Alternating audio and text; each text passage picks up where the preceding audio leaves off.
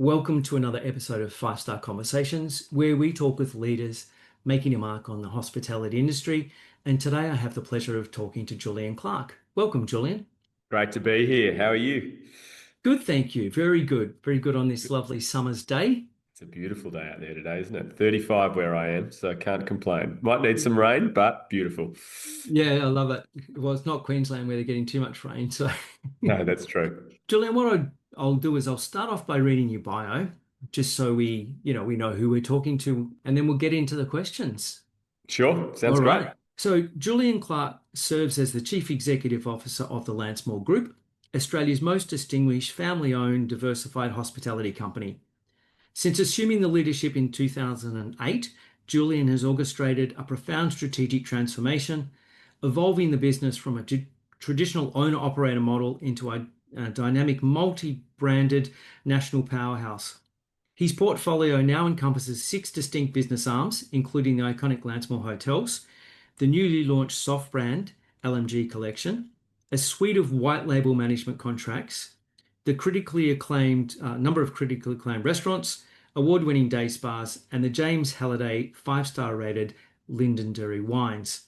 Under his stewardship, the group has expanded its footprint across Victoria, New South Wales, and Queensland, with major luxury developments underway in South Australia. As a hybrid hotelier by nature, Julian's leadership is informed by a rigorous background in corporate strategy, having held senior roles in the UK and Australia within financial services and online gaming prior to joining the family business. This analytical foundation allowed him to navigate the group through the volatility of the global financial crisis and then later the COVID-19 pandemic by implementing an innovative asset-light strategy that prioritizes scalability and brand equity over pure freehold accumulation.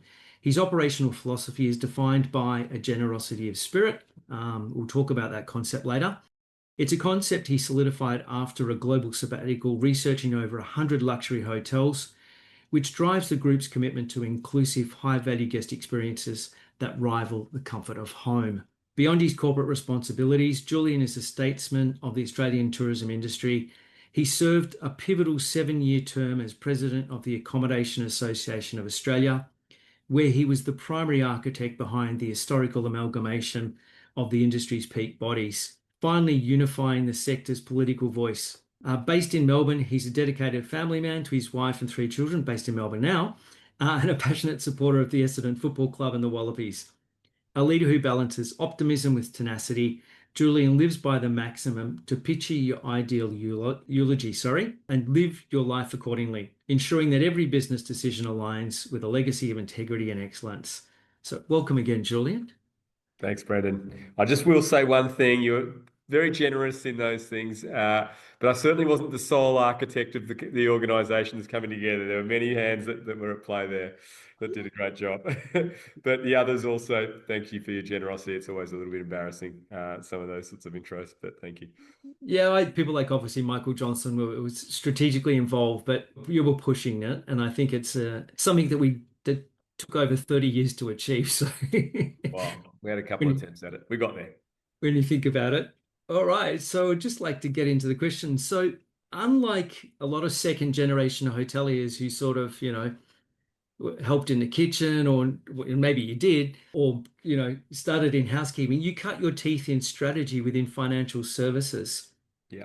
And that was with Westpac, mainly in retail banking, and Royal Sun, Alliance Insurance, and Betfair, which is interesting in its own right. Did you I can know when you explain the would? rationale. Yeah, man, we'll get into that.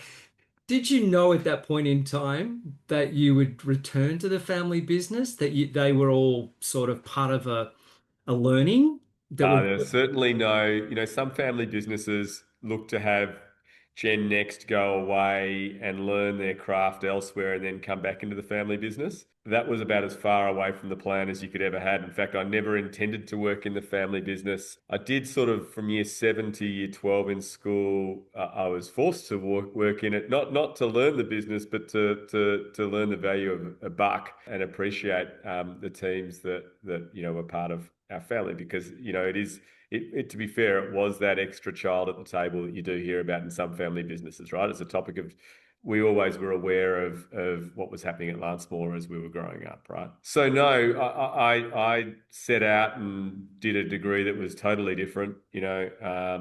I did an arts commerce degree at Melbourne Uni. I was just following the path that was probably a well-worn path from someone that did something like that. So I initially wanted to be a strategy consultant at, your McKinsey's or Bain's or any of those sorts of places, but I finished in '02 and it was just in the dot-com era, and they weren't recruiting. And even if they were, I'm not sure that I would have made the grade.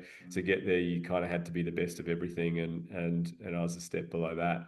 And then I learned, having worked alongside those teams for quite a while, that I'm not sure that I would have been perfectly suited to their environment anyway. In some ways, the data analysis, early grunt work side of things, learned an enormous amount, but it might not have been me. So that was sort of the path. I applied for a grad role at Westpac, and I was really fortunate to get that. Lots of applicants and not so many people that got them, and there was 25 of us that got through, and we were really treated incredibly well. I think if just like if you're, in a grad role in some of the large hotel companies, you get a bit of a fast track towards things. So we had roles that were sort of fast track roles, for want of a better word, and we had mentors that were executives, and very grateful for what I learned there in the couple of years that I was there, and very grateful for some of the bosses that I had. But as many 20-something-year-olds are, I met a girl and decided that I would. She was from Hungary, and I thought, wow, let's experience the world. I traveled to like 57 countries by the time I was 26 or 27. My passion was travel. Wow. I would literally just work to travel. I would save money and I would go traveling. So I was always after a new adventure, and I thought, why not, right? Actually, I had two sisters that lived over there, that had moved over there, and so I had some family there. They were there for 20 years. I was only there for a couple. So when you got over there, I sort of thought, well, I wanted to do something that was almost the opposite of financial services, and I went into Betfair, which was an extremely fast-growing entrepreneurial company. It was in sports betting. I'm pretty passionate about my sports, as you touched on. I was less passionate about gaming betting, actually, and that's why I chose not to stay. But what a company. I mean, I think it was the fifth year of operation. When I was there, they had more trades than the London Stock Exchange. They just had someone buy into them, and it was worth over £1 billion, and they were growing exponentially. I think the EBIT at that stage was £70 million. And Wow. the people who were responsible were sitting all around me. So I spent 6 months there and really loved my time there. And I just moved to London, and so it was a contract role. And I thought, okay, well, I'll take something that's different. I remember not going to Glastonbury that year because I had not much in. I think I had 50 quid in my bank account, and I regret that still to this day, as you can hear. And then I started work that following week, and then after that, a guy that I'd worked with at Westpac, who's now really senior in insurance, actually around the world, great guy, super competent guy. His name's Chris. And he was working at Royal and Sun Alliance, and he said, "Why don't you come over here? Who's in the strategy team there?" Which is sort of where I some experience and some interest was. And went and worked over there and had a great time. Had a great boss. Again, my boss reported into a group exec. Worked with some really talented people on some pretty awesome projects. So then coming back was kind of like, well, you want to contribute to the family business. But that was the path that I was going down, right? That was probably where I was at. I didn't really love the financial services of what do you do, when you say I work in banking or insurance, everyone's eyes glaze over. And, whilst there's lots of great learnings, it's probably not the easiest industry for me to get passionate about. So I was really keen as I developed my career to keep developing, but trying new things to try and work out where I was best at. And so I came back and thought, well, look, I'd really like to contribute to the family business, and suggested to my folks that maybe I could contribute, right? They thought that it would be a bad move from my career perspective because, of course, as parents, you want the best for your kids. So they said, Yep. my dad said, we're not really interested. That's not a good move for you. And I said, well, I can go back to that in a year if it doesn't work. And so he sort of said, well, we'd be very grateful if you were interested. My folks were then in their 60s and starting to get to the time of career where they were keen to move on. But I don't think either of us really thought that it was going to end up where it did 20 years later. And there was a few occasions that I almost left. Actually, you talked about the association. When I was made president of the Accommodation Association, I had to have a chat to the prior president and say, look, I don't know that I'm the right person here because I might not even be in the industry next year.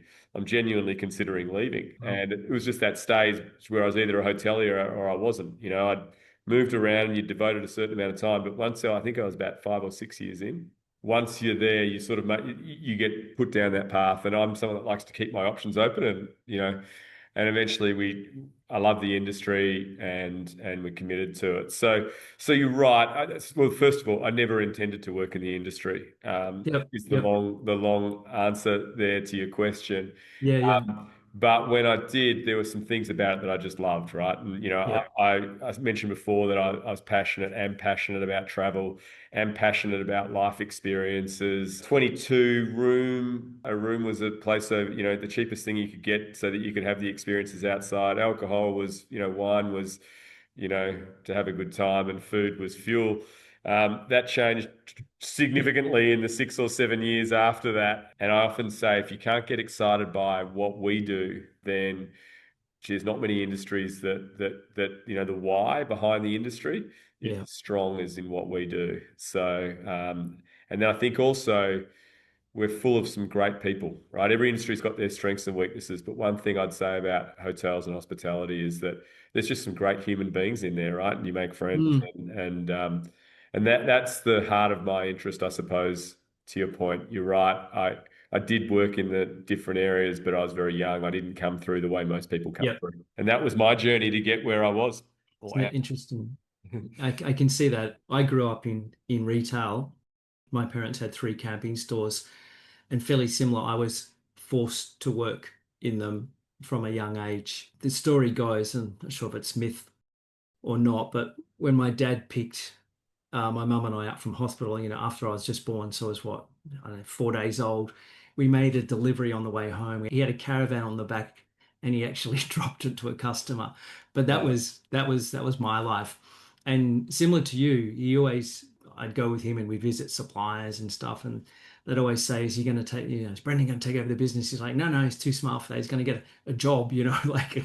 And that's what I did for many years. I suppose similar to yourself, things seem to come full circle, and I end up in my own business 20 something years ago. And it's Yeah, I just, think the entrepreneurial bit. yeah. The reasons for opting out of big business was that I wanted to work in a more entrepreneurial environment, right? And Mm, I do think that bit's kind of a bit inbred into you, right? yeah. Both my parents were entrepreneurs, so really this business was both mum and dad's, but it was more mum's. Dad actually ran a business that had 250 management consultants that he started out. Yeah, so that was probably the side that I was more interested in, but I was never going to work for him. Not because I don't love him dearly and think that he's amazing. Clearly, I work for both my parents, but I didn't like the concept of nepotism. I don't think they thought that anything was better than me or anything like that. They just wanted me to have my own path, right? And Yeah. there was never any pressure at all Yep. to do it. As I said, working in it was probably, but you do grow up with the sort of things you spoke of, right? Like, Mm, we would grow up with a whole bunch of stories about the business that would be discussed at home. And yeah. yeah, you understand what it takes. A lot of my parents, their socializing was with clients, right? Yes. Okay. So when they'd say X and X client, I knew who they were because they would have been to our house. I Yep. remember our general managers. We'd go to their house and have dinner. There were strong relationships and bonds. I think anyone that's worked in a small business, that is a little bit a part of you. And both my parents were entrepreneurs too. So I think that There you that go. bit was very much, I think, In the DNA. in the DNA. Yeah, yeah. Yeah. Yeah. And probably literally in the DNA a little bit, insofar as the psychology of how you put together. There are certain profiles of people that are better fitted for that than others. And Yep. yeah. Interesting. So just on that, you took over the CEO role in 2008, right at the time that the GFC hit, right? So like a really serious baptism of fire. And I think at that point you were 28 years old. Mhm. Is there a memorable story from that period that, cemented your resilience and perhaps has changed even how you look at risk today? It was tough, right? 28, and particularly being the son of the owners, you felt like you had a lot to prove to be honest. Mm. I felt that I had to be better than anyone that wasn't family because I am family, right? And there were people that certainly would have been within the organization saying he doesn't know hotels, what would he know, right? Yeah. I didn't start in the CEO role. I started in sales and marketing for a year, so that probably helped. I always joke that mum got out at the exact right time, just before Bear Stearns fell. Our major business at that stage was conferencing. It dropped 25% that year.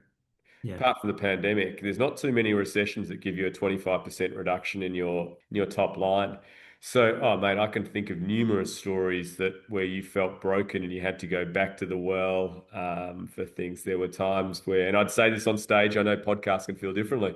I'm very, very open about how things were, right? There were times where you felt a little out of your depth. There were times where there were some tears because you just felt like everywhere that I looked, but the best advice that I remember listening to is someone on the radio station, believe it or not, said, any advice to people going through a recession? He said, be prepared to work twice as hard for half as much, and that was pretty much what happened, right? Yeah. And so we tried really hard to not make people lay people off, and we did a great job of that actually. And we flexed our fixed costs very significantly, but only made one person redundant the entire time. Wow. And if you remember that time, everyone was asking for 4-day work weeks, pay cuts, all those sorts Yeah. of things, Yep. because it was tough. But if you're asking for one memory of resilience, the one that I do recall was we took we took a conference from BHP Billiton, and it was a pretty reasonable size conference. But we chose to take it over a conference that was probably 50% larger, right? And most of the time in circumstances like that, you say chase the short-term money.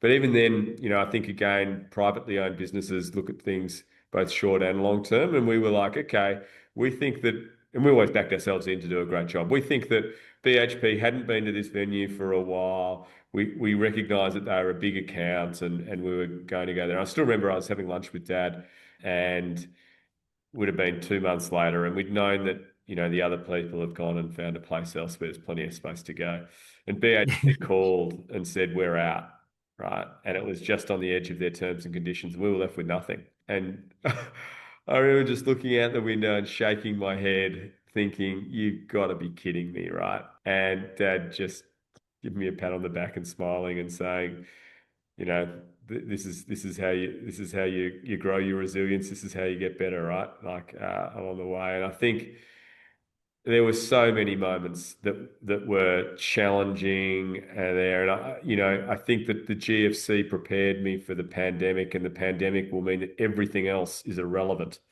Because the strain of the pandemic was crazy. And so I sometimes joke, if there's another recession, can we just make it a mild, normal one, not not one of the ones that I'd been through.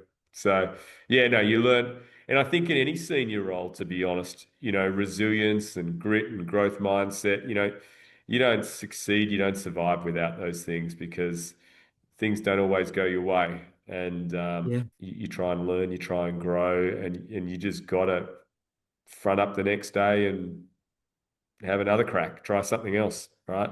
Keep Yeah. on working out what you've got to do differently, better to get to where you want to get to. But there's no question the GFC was tough. Mm. And particularly as someone who was new to the role and desperately trying to succeed and prove that I was going to add value to it. Yeah, I think that's one of the true. things that you don't always remember is that, for me, it's my career, and for my parents, it's the lion's share of their wealth, right? There's an Yep. Immense pressure. immense responsibility, right, that goes with that. You'll be out if you can't do a good enough job, is the honest truth, right? Like you just Yeah. don't piss it up against the wall. So anyway. I love I love that saying from the radio, work twice as hard for half as much. That was certainly us during the pandemic.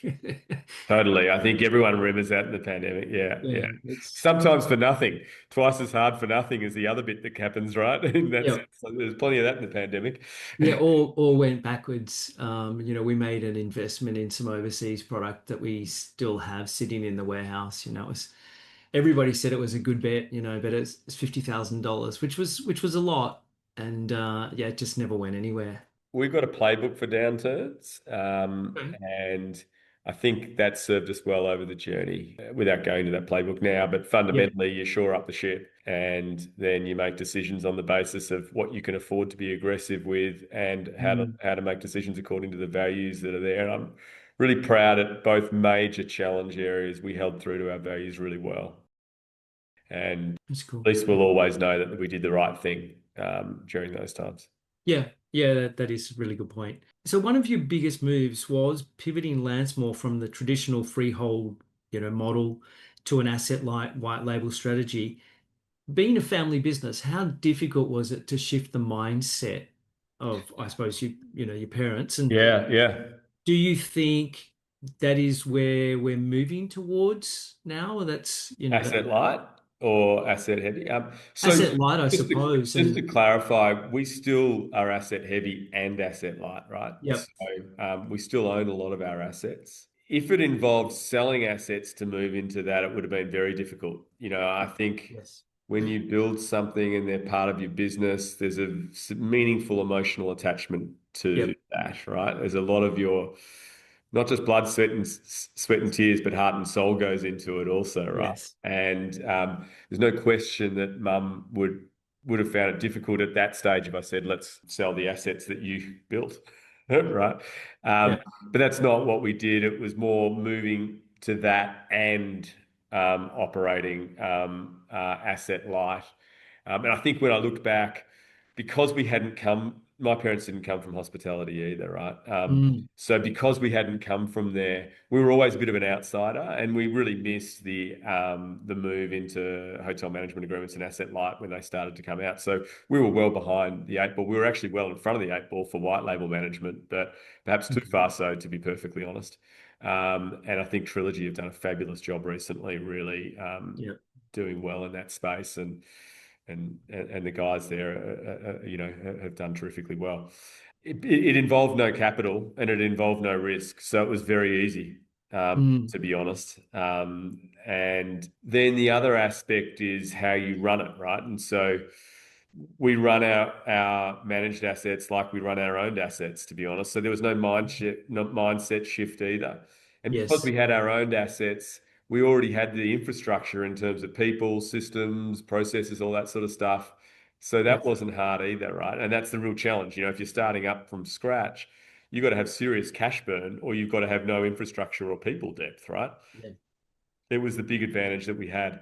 If anything, the challenge is that we probably have shortchanged our own properties at different times over the journey, okay, which on a short-term basis you might say is the wrong thing, but on a long-term basis, if you're looking to build a management business, you've got to succeed, right? And so again, we just treat them all as if we own them all, if that makes sense, and we devote the same amount of attention according to if we did own them. So yeah, so that again is saying that it wasn't difficult. If it had involved sales of assets, it would have been yeah, difficult. Mum and Dad are now actually much more open to recycling our capital than they've ever been before. Um, yeah. and they're in their 80s now, so it's a slightly different circumstance. And I suppose I know your mum was certainly heavily involved in the original properties and the fit outs and everything. So as you move further a little bit back from the business, I suppose, your heart's quite not as the heartstrings sort of loosen That's right. I potentially, I mean, suppose. whilst we ran it that way, her heart's probably more in the properties that she owned and has for a long time as opposed to the managed Yeah, properties. yeah, But Mum and Dad are really not involved in the business and haven't been for a long time now. On a running the business perspective, they're yep, probably a lot more of the founder and what would the Clarks do, how would that sort of stuff. And of course, they still own the business, right? So we still report in that regards, but they don't see P&Ls monthly, for example. They'll see yep, it once every 6 months. So it's a bit of a different circumstance for them. which is good. It's Yeah. I think the handover is the hard part. Of everything, that's the hardest part by far. How do you hand over from one generation to the next effectively? I think is by far the hardest thing. And a lot of family businesses struggle with that. I yeah, think I think we got that really right. yeah. And I think there were circumstances that enabled that, and there was also some skill in doing that, if you will. on both parties. Yeah.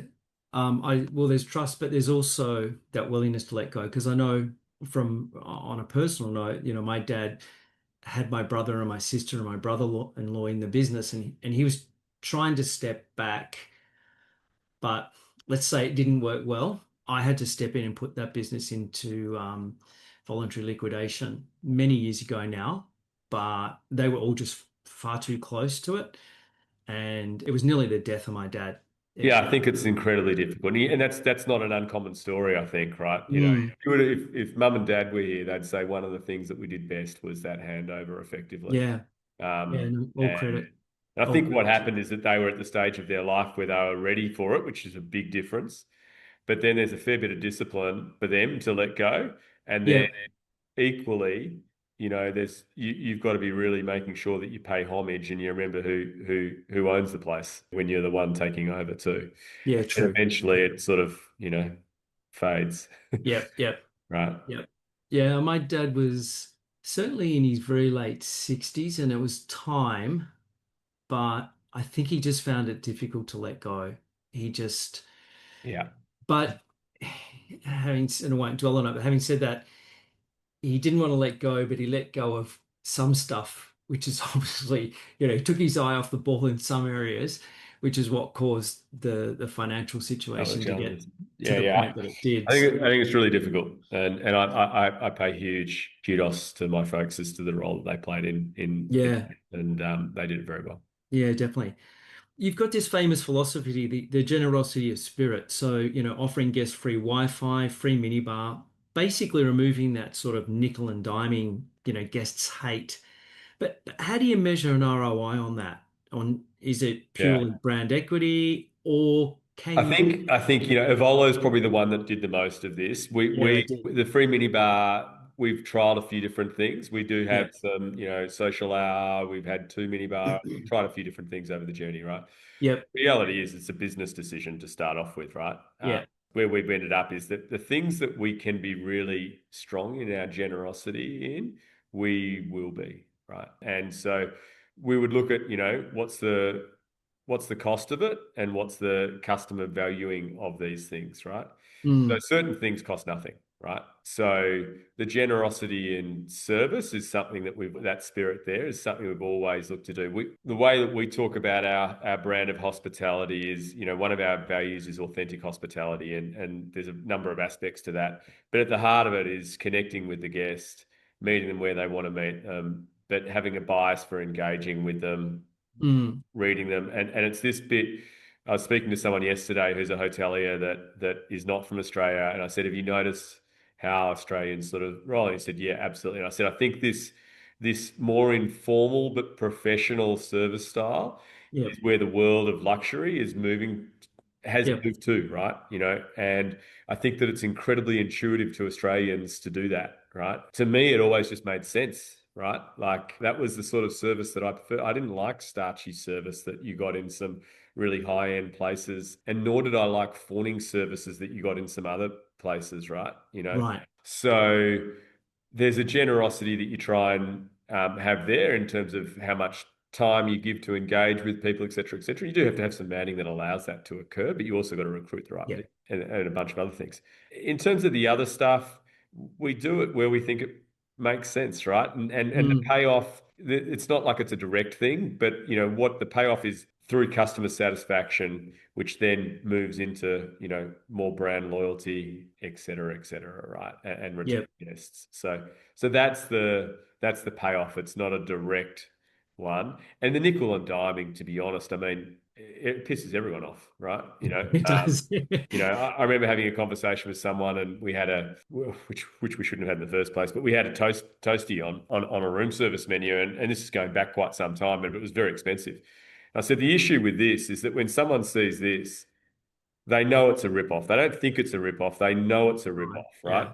And then Yep. they think that the room rate, which is a premium room rate because we have premium product, they also think that's a rip-off because that's just the way that you operate. I said, like, why would you do that, right? Yep. And the great Yep. irony is that people don't buy rip-offs. When you give them reasonable value, you actually get more profit out of some of these centers anyway, because shock horror, they're going to use the minibar if it's not, if it's Yes. at retail prices as opposed to it, some other prices, right? That Yep. traditionally a hotel would do. And so, and free Wi-Fi, I don't know. I just never got charging for it, right? Like it was It's just hard. like, come on, if a Starbucks or whatever doesn't charge for it, how can you, Yeah. people that order a cup of coffee get it for free, and what we're going to have people paying hundreds of dollars pay for it? Like, come on, Yep.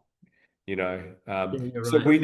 we never had the needle in the arm of the injection of the profit coming from that line. So it wasn't hard to give up, Yeah. right? But again, I think when you come from a founder-led business, you're very in tune to customer desires, and you're very keen Yes. to Yes. meet their desires. So the customer's always been at the heart of our organization, and Good point. yeah. Now you can't always do it, but you try your best to do it, right? Customer sat's meaningful for us, and Yeah. it's a good in the areas that we operate. It's important to have strong customer satisfaction to being successful, medium, long term. Anyone can be successful in the short term, right? Anyone can cut costs. Anyone can trade on past glories and do the wrong, charge through the nose, or, Yep. bad profits. But, if you're in it for the long term, you kind of need to get the balanced scorecard bit right. If you don't have happy team members, they're not going to stay with you. If you don't have happy customers, now it's not as linear as this, but if you don't Mm. have happy customers, they're not going to come back. As I say, I know it's not as linear as that, but we Yeah. certainly take it seriously, all aspects of those things. And so that generosity, I think, goes through there. We don't talk about brand equity and stuff like that. Where I used to work, we'd have brand trackers and all those sorts of things. We don't have that now. Yep. Yep. So I can't tell you that. There's a whole bunch of stats that come out of places that do this, that say, if you have high satisfaction of X, you get it. I don't know. It just, again, to me, it just makes sense. It does. Wanted to talk about the time that you served as the president for the Australian Accommodation Association, as we said, for 7 years. And it was at that time that we had this historic amalgamation, Hmm. and we picked up on it. It was sort of something that we've tried over almost a 30-year period. So that was a massive exercise in statesmanship. Now that the dust has settled, do you feel as an industry that we have finally the political weight that we need now that we've got that one industry I or think it helped. I think we need to body? do more. Yeah. And I know the teams are wanting to do so, right? I think when you had a couple of bodies, just when you're going to lobby, you were speaking on half of the amount of people that you used to speak on. You had half the budget to have a stronger association than you do Yes. when you're combined. So yeah, clearly we have got greater at advocacy, greater strength in that space, right? And I know James and David and the team over there are doing a great job of moving us forward. I think they would agree that the journey is still to come, right? Yeah. Do I think that we as an industry are where we should be, considering the percentage of people that we employ or the Yeah. percentage of GDP that we have in areas? No. No. And I think that is part of the journey to be on, of an education, and I think that there are times that we've really shown it. I think during the pandemic there were some places where we're both associations, but I think particularly in Victoria, where I'm from, AHA, and did a great job of partnering with the government, and also furthering the interests of their members in a Mm. way that made sense for the government too, right? So Yeah. I think that there are examples and pockets of where we have grown our influence and we've done very well. Do I think we're there yet? No, I don't. It won't happen overnight, but I think as long as we keep on going down that path and we work cohesively, I think one of the problems with our industry is we've been too fragmented in our associations. So the more united we are, the more cohesive we are, the more that people that we speak for, and the more financial strength that the association has, Yeah. the more that we will be a combination of both trusted, which is really important, with a little bit of fear in there too, right? So, which I think is also important at times from an association. Minerals Council, when they got the minerals tax down, they did it because of their financial strength, and they made some good points, and there was some fear in there, right? And Yeah. that's when you know that you've got influence, when you can do it both both in the proactive way where you're partnering with government, and then if they do something that is really against your industry's best wishes, that they can Yep. also think twice about whether they should do that because it's going to cost them votes. Yep.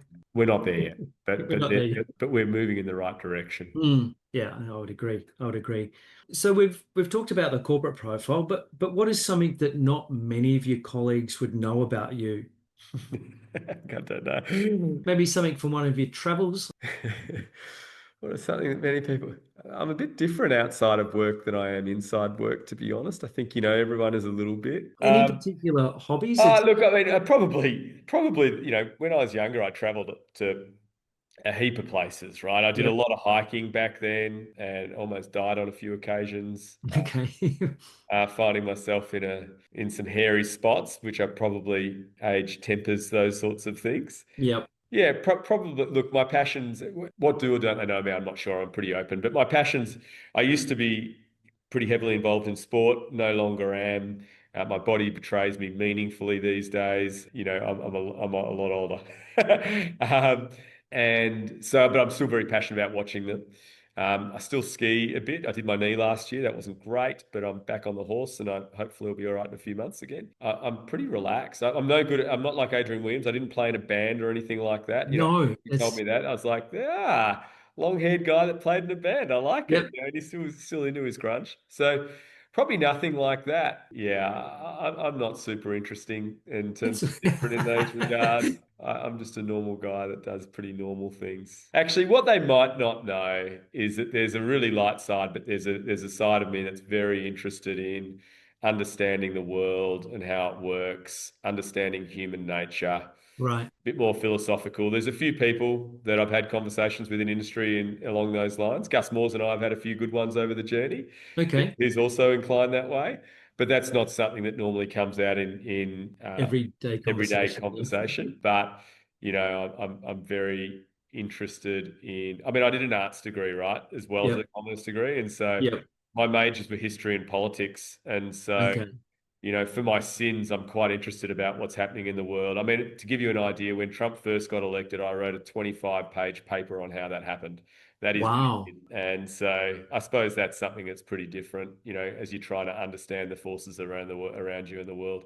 And it's pretty geeky. I've probably read 300 business books. That's probably a bit geeky too. Not a little bit, it's very geeky. So that bit about being a little bit geeky, people probably don't know. And then I was once a decent athlete, which has zero signs these days. If you look at me now, Um, you wouldn't think so. So uh, maybe I got there in the end, mate. I'm not sure. no, you did. You did. It's 300 books and a 25-page paper on how Donald Trump got elected. I'd love to read that because I remember when it happened, I had a few American friends and I'd like, how did it happen? They're like, no idea. It's like we can't explain it. We're embarrassed about it. But Yeah, I think it's been discussed a lot more since, right? Some of the forces, but they weren't that well understood at the time, I mm, think, to be honest. And look, yeah. AI has changed the game. I wouldn't have had to have written 25 if I could just, ask ChatGPT or Claude what it is now. I did do that, by the way. Yeah, yeah, yeah. In fact, there are times that I'll read a newspaper article and I'll put it in that's around current affairs and I'll put it into them and say, how accurate is this? One of the things that I learnt during uni is that often newspaper reports are extraordinarily superficial in terms of their knowledge or analysis, which makes sense when you compare it to someone who's an academic in that space. So, Yes. I think you see it a lot around conflicts around the world right now that gets oversimplified as to the real root causes as to why they exist. Yep. Well, we live in an increasingly polarized world, right? And it's not helpful. Mm, But it's the business model, right? Like, they do their best. I'm not having a crack at yeah. this in any way, shape, or form. And Yep. they'd a better article than I would. Obviously, you're looking at expanding in South Australia and beyond. What's your hope for our industry for the next decade? And a double barrel question, what advice would you give to the next generation stepping into our industry? What's for us in the next decade? I think we're going to have a decade that's characterized by great returns to ownership and challenges in growing portfolio sizes through new build HMAs, right? Mm, For the fundamental reason that I think supply is going to be challenged in the next decade. You've heard me speak on stage. I'm not always the permeable, to be honest, right? But I think if you really step back, the decade between the GFC and the pandemic was a great decade to own hotels. Yep. And I think this decade's going to be even better, right? Particularly if you've been a long-term holder. But there's a lot of challenges, right? I think if you're a hotelier now, there's a heck of a lot more challenges than there were 20 years ago, right? Technology is moving a heck of a lot, and opportunities, but technology is moving a lot faster. Customers are changing quicker than they used to. I still think it's a Yep. longer lead time, but they still change quicker than they used to. And so I think some of those things present and there's generational differences about how we work, right? There's a lot that's in common, but I think that it is a more complex environment than it was even when I started, right? Yep. What advice would I give anybody? Oh, wow. There's a lot, I suppose, that you learn over the journey, and there's no singular piece. But from a career perspective, I think it is about seeking out different experiences, Mm. testing and challenging yourselves, right? And so that Yep. you grow more quivers on your bow, so to speak. I think the higher you get in leadership, you need more adaptable leadership to both circumstances, different people, lots of stuff. And the more different experiences that you've had, then the more you can be effective in that space. And the more you've challenged yourself, the more you will have grown. So I think from a career perspective, that's it. The other thing that I'd probably really encourage people, if you step back a bit and you talk about an environment that's evolving and changing, and particularly an environment where AI is starting to replace some of our cognitive requirements, if you will, Yep. right? Yep. Then I think trying to get ahead of that, trying to be, the person that's a curious, great learner is Yep. really important, and much more so than used to be, I think. And I think none of us really know where AI is going to settle, other than I think it will be a much bigger revolution than the internet was, which is a big statement. And I think that all technologies that are seismically are overestimated in the very short term, but Yes. dramatically underestimated in the longer term, Yep. right? And I think that AI will fundamentally change how we lead as leaders, right? If you Yep. think about it, a lot of leadership now is about passing on your knowledge, your skills. A lot more than this, but part of it is passing on your knowledge, skills, and experience. Well, if that can be done in 30 minutes with a push of the button, Yep. what role is left for leaders? And I think that's a question that will evolve over time, but it will be the fundamental question about how I and others lead differently in 10 years' time versus 5 years ago. So I think that's something, that curious and learning mind, and making sure that you are trying to keep touch with particularly what's happening in AI, Yep. it's probably the other big piece of advice that I'd give. Yep. No, totally agree. And most guests have, obviously said the same. Get as much experience, be willing to put yourself out there. I think, Adrian Williams told us that he took a job in a bar.